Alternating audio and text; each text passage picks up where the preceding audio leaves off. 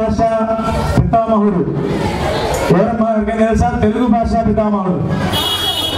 తెలుగు భాషా పితామహుడు గ్రాంధికంలో మాట్లాడాడు అప్పట్లో. దాని వ్యవహారిక భాష అంటే మనం మాట్లాడితే అర్థమయ్యే భాషలోకి మార్చింది గిడుగు వెంకటరామూర్తి గారు. ఆయన జన్మదినాన్ని తెలుగు భాషా దినోత్సవంగా జరుపుకుంటాం. మరి అటువంటి మహానుభావుడి గురించి 9th class Ram Charan is going to explain. వినపడాలి.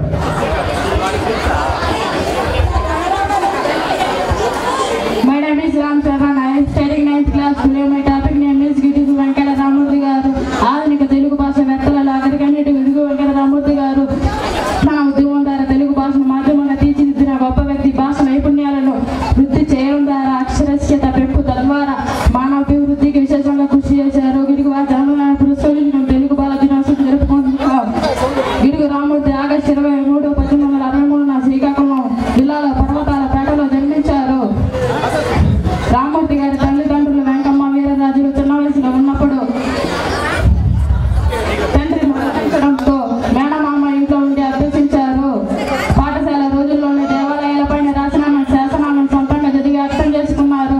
వీర రచయితగా, చరిత్రకారుడిగా, సంఘ సంస్కర్తగా, వాడుక భాష ఉద్యమకర్తగా పేరు పొందారు. వీరి సౌరల భాషకు కొత్తగా నిధిని సమకూర్చారు.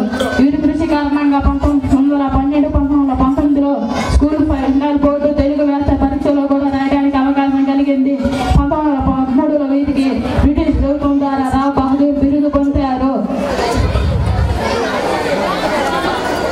సౌరల కోసం 1900లో సౌరలు thank you. Ram sir thank you. మా ఎల్కేజీ పేరెంట్స్ వచ్చారో రాదో తెలియదు. మరి పిల్లలు అయితే పాపం ఏడుస్తున్నారండి. వాళ్ళకి అందరూ వచ్చేసరికి భయం వేస్తున్నారు. వాళ్ళకి సాంగ్ రెడీయా?